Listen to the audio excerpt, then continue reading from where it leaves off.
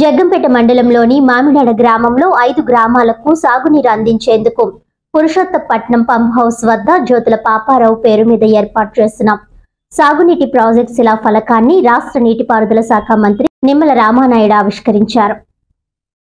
ఈ సందర్భంగా జగ్గంపేట ఎమ్మెల్యే జ్యోతుల నెహ్రూ అధ్యక్షతన జరిగిన సమావేశంలో ఆయన మాట్లాడుతూ రాష్ట్రంలో సాగునీటి ప్రాజెక్టులను గత ప్రభుత్వం నిర్వీర్యం చేసిందని విమర్శించారు. ప్రస్తుతం చంద్రబాబు నాయకత్వంలోని కూటమి ప్రభుత్వం ప్రాజెక్టులను తిరిగి అభివృద్ధి దిశగా నడిపిస్తోందని అన్నారు.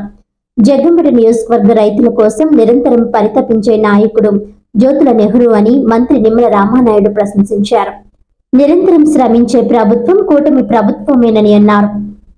ఈ కార్యక్రమంలో జనసేన నియోజకవర్గ ఇన్ఛార్జ్ తుమ్మలపల్లి రమేష్, టీడీపీ నాయకులు SVS Appalaraju, Kothakondababu, Adavala Bhaskar Rao, Palacharla Nagendra Chowdary, జీనుమణిబాబు, Pandranki Rambabu, AMC chairman అడప భరత్ కుమార్, దేవరపల్లి మూర్తి, మామిడాడ సర్పంచ్ కర్రి సూర్యకుమారి శ్రీనివాస్ తదితరులు పాల్గొన్నారు.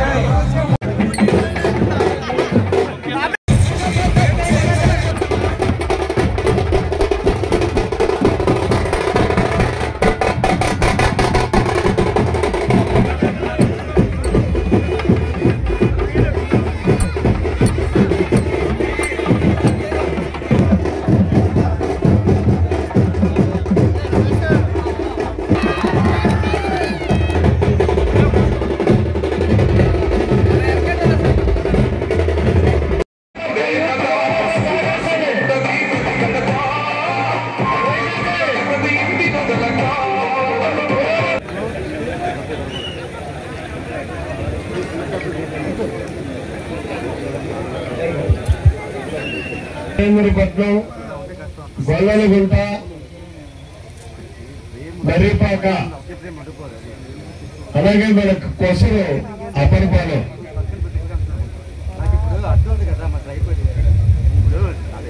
ఈ గ్రామానికి పండుగ రోజు. ఇప్పుడు చాలా సార్లు ప్రయత్నం చేశాం. స్వర్గీయ మా పెద్దనాన్న గారు జ్యోతుల పాపారావు గారు మామిడాడ లిఫ్ట్ ఇరిగేషన్ స్కీమ్ అని చెప్పేసి తేవడం 1600 ఎకరాలకి. అది సరైనటువంటి ప్లేస్ లో పెట్టకపోవడం, కొండకాలం వచ్చి దాన్ని వజ్జలు పాడు చేయడం వల్ల ఆ స్కీమును తిప్పలేనటువంటి పరిస్థితుల్లో మూతపడ్డాం. తర్వాత పుష్కర కాలం వచ్చింది. ఇక్కడ దాకా కూడా పుష్కర కాలంలో మనం తీసుకొచ్చాం, కానీ నీరైతే తేలాకపోయాం.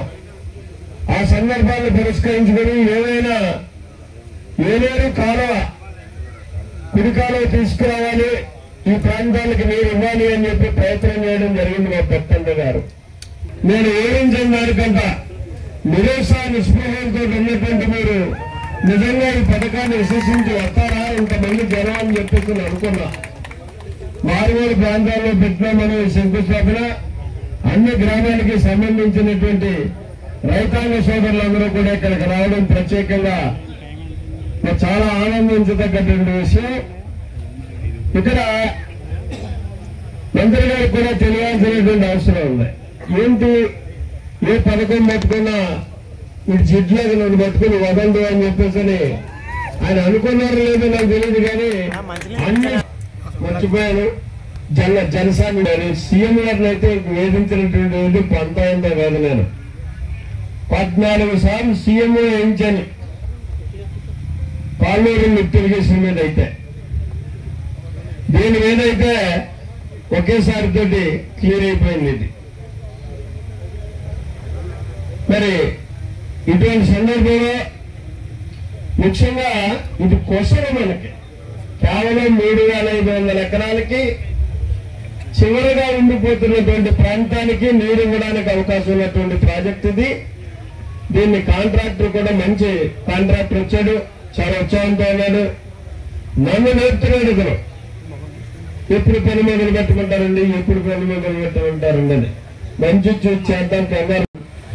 మరి ఆయన ఈ ప్రాంతానికి నీరందించాలనే ఆలోచనతో ఆ రోజు ఇక్కడ ఏదైతే ఎత్తిపోతల ఏదైతే ఉందో మరి దాన్ని పరిపూర్ణం చేయాలనేటువంటి ఆలోచనతో ఈరోజు నెహ్రూ గారు మరి వేళ 3,49,00,000 రూపాయలు ఈరోజు దీనికి నిధులు సమీకరించి ఈ యొక్క ప్రాంతానికి, ఎందుకంటే ఇప్పుడే నేను చూశాను ఏదైతే ఈ లిఫ్ట్ ద్వారా మామిడాల చెరువుకి నీరందించడమే కాదు, దీని నుంచి లింక్ గా అంటే ఏదైతే సీతారాముడి చెరువు, తర్వాత ఏదైతే జగ్గవాణి చెరువు, తర్వాత అచ్చెన్న చెరువు, ఇట్లా ఏదైతే లింక్ గా 4 చెరువుల్ని లింక్ చేసుకుంటూ ఈ గ్రామాలని సస్యశ్యామలం చేసేటువంటి ఈ యొక్క ఎత్తిపోతల పథకానికి నిజంగా మరి జ్యోతుల్ నెహ్రూ గారు, ఎందుకంటే డెల్టా ప్రాంతానికి సకల సౌకర్యాలు ఉన్న ప్రాంతాలకు నీరు ఇవ్వడం కాదు, ఇటువంటి శివారు ప్రాంతానికి కూడా నీరు అందించడం అని అంటే నిజంగా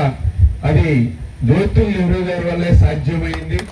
ఆయన వర్షం చెప్పాలంటే అపర భగీరథుడు, అంటే ఇటువంటి ప్రాంతానికి ఇచ్చినటువంటి వాళ్ళే, అంటే ఎవరికి అవసరం ఉందో ఆ అవసరాన్ని తీర్చేవాడే నిజమైనటువంటి నాయకుడు. అటువంటి నాయకుడు జ్యోతుల్ నెహ్రూ గారు అనే విషయాన్ని కూడా మరొక్కసారి ఈ సందర్భంగా మరి తెలియజేసుకుంటూ, మరి ఈ రకంగా మరి ఈ యొక్క ఎత్తిపోతల పథకంతోనే కాదు, మరి ఏదైతే కాళ్ళూరు లిఫ్ట్ ఏదైతే ఉందో, ఎందుకంటే నేను కూడా ఇరిగేషన్ శాఖ మంత్రిగా బాధ్యతలు తీసుకున్న తర్వాత అదేవిధంగా ముఖ్యమంత్రి చంద్రబాబు నాయుడు గారు కూడా ముఖ్యమంత్రిగా ప్రమాణ స్వీకారం చేసిన తర్వాత ఆయన మొట్టమొదటి పర్యటన, క్షేత్రస్థాయి పర్యటన పోలవరం పెట్టుకున్నారు ఆ రోజు చంద్రబాబు నాయుడు గారు.